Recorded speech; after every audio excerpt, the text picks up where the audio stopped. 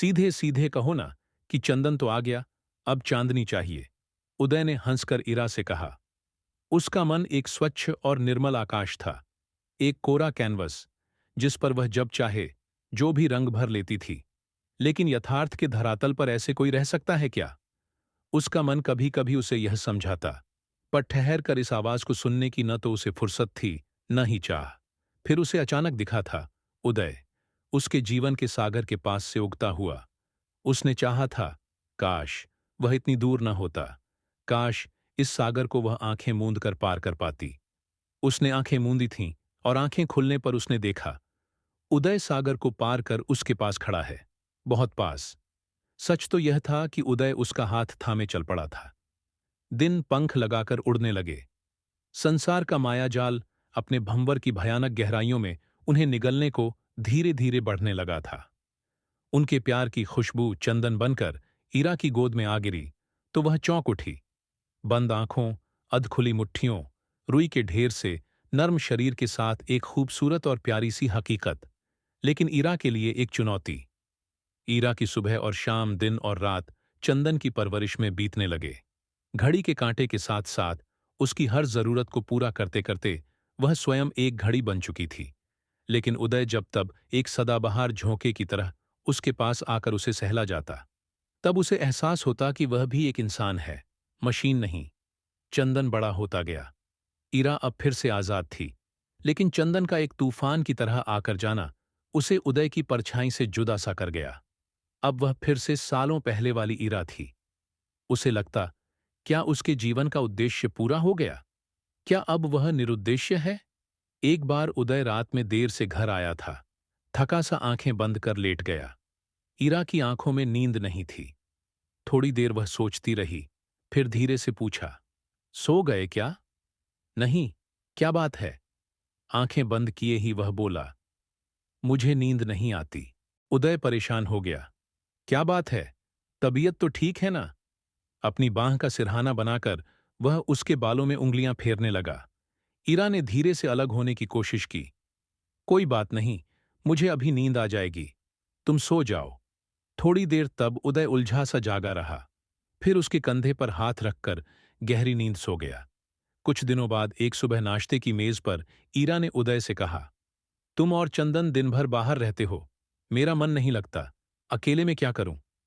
उदय ने हंसकर कहा, सीधे सीधे कहो ना कि चंदन तो आ गया, अब चांदनी चाहिए। जी नहीं, मेरा यह मतलब हरगिज नहीं था। मैं भी कुछ काम करना चाहती हूं। अच्छा, मैं तो सोचता था, तुम्हें घर के सुख से अलग कर बाहर की धूप में क्यों झुलसाऊं? मेरे मन में कई बार आया था कि पूछें, तुम अकेली घर में उदास तो नहीं हो जाती हो? तो पूछा क्यों नहीं? ईरा के स्वर में मान था। तुम क्या करना चाहती हो? कुछ भी, जिसमें मैं अपना योगदान दे सकूं। मेरे पास बहुत काम है, मुझसे अकेले नहीं संभलता। तुम वक्त निकाल सकती हो तो इससे अच्छा क्या होगा? ईरा खुशी से झूम उठी। दूसरे दिन जल्दी जल्दी सब काम निपटाकर चंदन को स्कूल भेजकर दोनों जब घर से बाहर निकले तो ईरा की आंखों में दुनिया को जीत लेने की उम्मीद चमक रही थी। सारा दिन ऑफिस में दोनों ने गंभीरता से काम किया। ईरा ने जल्दी ही काफी काम समझ लिया। उदय बार बार उसका हौसला बढ़ाता। जीवन अपनी गति से चल पड़ा। सुबह कब शाम हो जाती, शाम कब, पता ही न चलता था। एक दिन ऑफिस में दोनों चाय पी रहे थे कि एकाएक ईरा ने कहा, एक बात पूछूं? हाँ हाँ कहो। यह बताओ, हम जो यह सब कर रहे हैं, इससे क्या होगा? उदय हैरानी से उसका चेहरा देखने लगा। तुम कहना क्या चाहती हो? यही कि रोज सुबह यहां आकर वही काम कर करके हमें क्या मिलेगा? क्या पाना चाहती हो? उदय ने हंसकर पूछा। देखो, मेरी बात मजाक में ना उड़ाना। मैं बहुत दिनों से सोच रही हूं, हमें एक ही जीवन मिला है, जो बहुत कीमती है। इस दुनिया में देखने को, जानने को बहुत कुछ है। क्या घर से ऑफिस और ऑफिस से घर के चक्कर काटकर ही हमारी जिंदगी खत्म हो जाएगी?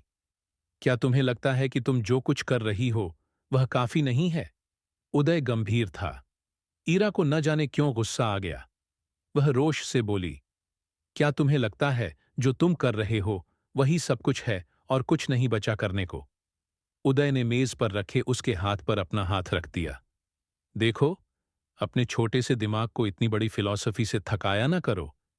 शाम को घर चलकर बात करेंगे। शाम को उदय ने कहा, हाँ, अब बोलो, तुम क्या कहना चाहती हो? ईरा ने आंखें बंद किए किए ही कहना शुरू किया, मैं जानना चाहती हूं कि जीवन का उद्देश्य क्या होना चाहिए। आदर्श जीवन किसे कहना चाहिए? इंसान का सही कर्तव्य क्या है?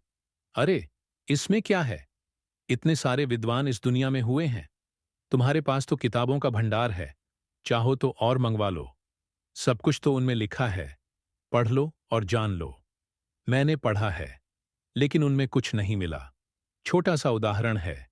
बुद्ध ने कहा कि जीवा हत्या पाप है, लेकिन दूसरे धर्मों में लोग जीवों को स्वाद के लिए मारकर भी धार्मिक होने का दावा करते हैं और लोगों को जीने की राह सिखाते हैं।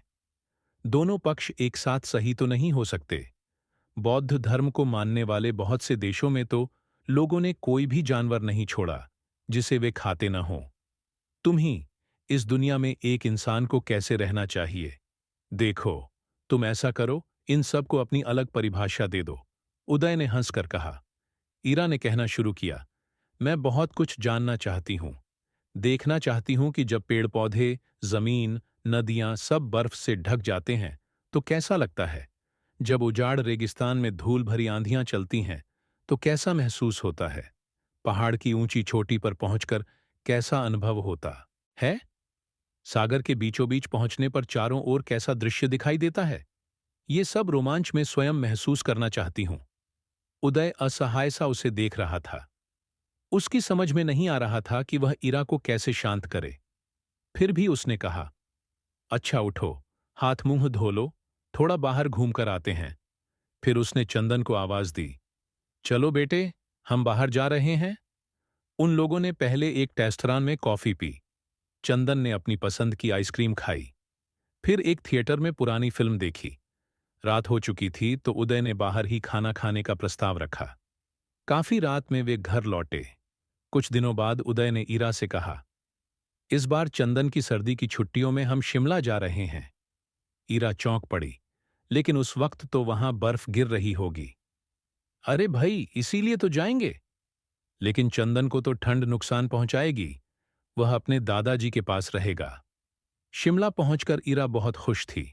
हाथों में हाथ डालकर वे दूर तक घूमने निकल जाते। एक दिन सर्दी की पहली बर्फ गिरी थी। ईरा दौड़कर कमरे से बाहर निकल गई।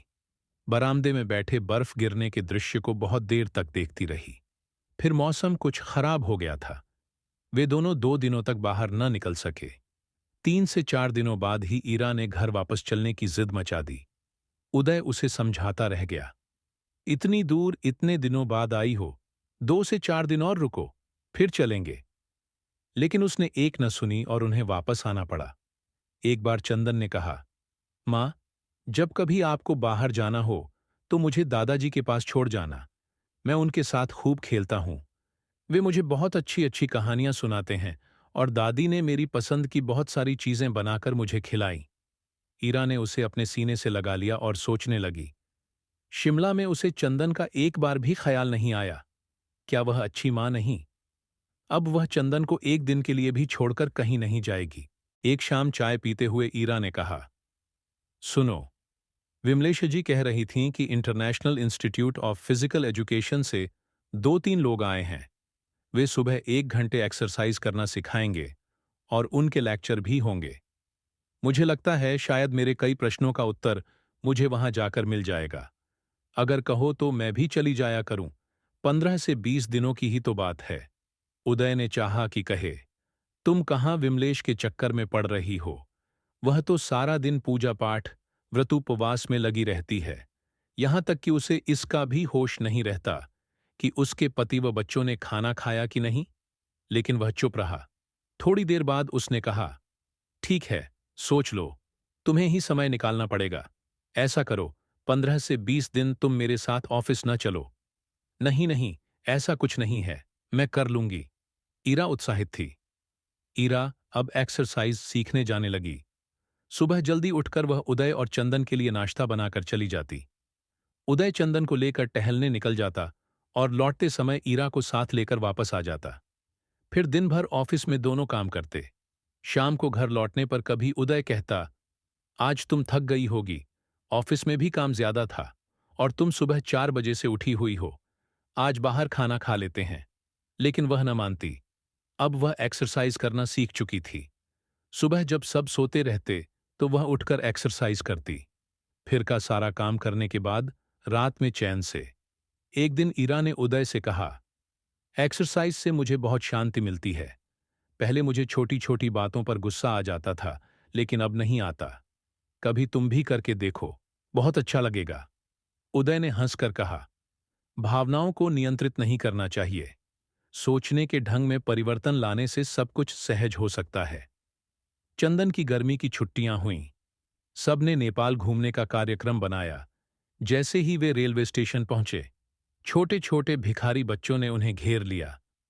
माई, भूख लगी है माई, तुम्हारे बच्चे जिएं। बाबू 10 रुपए दे दो, सुबह से कुछ खाया नहीं है। लेकिन यह सब कहते हुए उनके चेहरे पर कोई भाव नहीं था। तोते की तरह रटे हुए वे बोले चले जा रहे थे। इससे पहले कि उदय पर्स निकालकर उन्हें पैसे दे पाता, ईरा ने 20 से 25 रुपए निकाले और उन्हें देकर कहा, आपस में बराबर बराबर बांट लेना। काठमांडू पहुंचकर वहां की सुंदर छटा देखकर सब मुग्ध रह गए। ईरा सवेरे उठकर खिड़की से पहाड़ों पर पड़ती धूप के बदलते रंग देखकर स्वयं को भी भूल जाती। एक रात उसने उदय से कहा, मुझे आजकल सपने में भूख से बिलखते, सर्दी से ठिठुरते बच्चे दिखाई देते हैं। फिर मुझे अपने इस तरह घूमने फिरने पर पैसा बर्बाद करने के लिए ग्लानि सी होने लगती है। जब हमारे चारों तरफ इतनी गरीबी, भूखमरी फैली हुई है, हमें इस तरह का जीवन जीने का अधिकार नहीं है। उदय ने गंभीर होकर कहा, तुम सच कहती हो, लेकिन स्वयं को धिक्कारने से समस्या खत्म तो नहीं हो सकती। हमें अपने सामर्थ्य के अनुसार ऐसे लोगों की सहायता करनी चाहिए, लेकिन भीख देकर नहीं। हो सके तो इन्हें आत्मनिर्भर बनाने का प्रयास करना चाहिए। अगर हमने अपनी जिंदगी में ऐसे 4 से 6 घरों के कुछ बच्चों को पढ़ने लिखने में आर्थिक या अन्य सहायता देकर अपने पैरों पर खड़ा होने का मौका दिया, तो वह कम नहीं है। तुम इसमें मेरी मदद करोगी तो मुझे अच्छा लगेगा। ईरा प्रशंसा भरी नजरों से उदय को देख रही थी। उसने कहा, लेकिन दुनिया तो बहुत बड़ी है। 2 से 4 घरों को सुधारने से क्या होगा? नेपाल से लौटने के बाद ईरा ने शहर की समाज सेवी संस्थाओं के बारे में पता लगाना शुरू किया। कई जगहों पर वह स्वयं जाती और शाम को लौटकर अपनी रिपोर्ट उदय को विस्तार से सुनाती। कभी कभी उदय झुंझला जाता, तुम किस चक्कर में उलझ रही हो? ये संस्थाएं काम कम, दिखावा ज्यादा करती हैं। सच्चे मन से तुम जो कुछ कर सको वही ठीक है। लेकिन ईरा उससे सहमत नहीं थी। आखिर एक संस्था उसे पसंद आ गई। अनीता कुमारी उस संस्था की अध्यक्ष थीं। वे एक बहुत बड़े उद्योगपति की पत्नी थीं। ईरा उनके भाषण से बहुत प्रभावित हुई थी। उनकी संस्था एक छोटा सा स्कूल चलाती थी, जिसमें बच्चों को निःशुल्क पढ़ाया जाता था। गांव की ही कुछ औरतों व लड़कियों को इस कार्य में लगाया गया था। इन शिक्षिकाओं को संस्था की ओर से वेतन दिया जाता था। समाज द्वारा सताई गई औरतों, विधवाओं, एकाकी वृद्ध वृद्धाओं के लिए भी संस्था काफी कार्य कर रही थी। ईरा सोचती थी कि ये लोग कितने महान हैं, जो वर्षों निस्वार्थ भाव से समाज सेवा कर रहे हैं। धीरे धीरे अपनी मेहनत और लगन की वजह से वह अनीता का दाहिना हाथ बन गई। वे गांवों में जातीं, वहां के लोगों के साथ घुल मिलकर उनकी समस्याओं को सुलझाने की कोशिश करतीं। ईरा को कभी कभी महसूस होता कि वह उदय और चंदन के साथ अन्याय कर रही है। एक दिन यही बात उसने अनीता से कह दी। वे थोड़ी देर उसकी तरफ देखती रहीं, फिर धीरे से बोलीं, तुम सच कह रही हो। तुम्हारे बच्चे और तुम्हारे पति का तुम पर पहला अधिकार है। तुम्हें घर और समाज दोनों में सामंजस्य रखना चाहिए। ईरा चौंक गई। लेकिन आप तो सुबह आंख खुलने से लेकर रात देर तक समाज सेवा में लगी रहती हैं और मुझे ऐसी सलाह दे रही हैं। मेरी कहानी तुमसे अलग है ईरा। मेरी शादी एक बहुत धनी खानदान में हुई। शादी के बाद कुछ सालों तक मैं समझ न सकी कि मेरा जीवन किस ओर जा रहा है। मेरे पति बहुत बड़े उद्योगपति हैं। आए दिन या तो मेरे या दूसरों के यहाँ पार्टियां होती हैं। मेरा काम सिर्फ सज संवर कर उन पार्टियों में जाना था। ऐसा नहीं था कि मेरे पति मुझे या मेरी भावनाओं को समझते नहीं थे, लेकिन वे मुझे अपने कीमती समय के अलावा सब कुछ दे सकते थे। फिर मेरे जीवन में हंसता खेलता एक राजकुमार आया। मुझे लगा मेरा जीवन खुशियों से भर गया, लेकिन अभी उसका तुतलाना खत्म भी नहीं हुआ था कि मेरे खानदान की परंपरा के अनुसार उसे बोर्डिंग स्कूल में भेज दिया गया। अब मेरे पास कुछ नहीं था। पति को अक्सर काम के सिलसिले में देश विदेश घूमना पड़ता और मैं बिल्कुल अकेली रह जाती। जब कभी उनसे इस बात की शिकायत करती तो वे मुझे सहेलियों से मिलने जुलने की सलाह देते। धीरे धीरे मैंने घर में काम करने वाले नौकरों के बच्चों को पढ़ाना शुरू किया। शुरू में तो मेरे पति थोड़ा परेशान हुए, फिर उन्होंने कुछ नहीं कहा। वहां से यहां तक मैं उनके सहयोग के बिना नहीं पहुंच सकती थी। उन्हें मालूम हो गया था कि अगर मैं व्यस्त नहीं रहूंगी तो बीमार हो जाऊंगी। ईरा जैसे सोते से जागी। उसने कुछ न कहा और चुपचाप घर चली आई। उसे जल्दी लौटा देखकर उदय चौंक पड़ा। चंदन दौड़कर उससे लिपट गया। उम्मीद है दोस्तों आपको ये छोटी सी कहानी सुनकर अच्छा लगा होगा, तो प्लीज इस वीडियो को लाइक और चैनल को सब्सक्राइब जरूर करें। धन्यवाद दोस्तों। ये कहानी पूरी तरह से काल्पनिक है। ये कहानी केवल मनोरंजन के लिए बनाई गई है।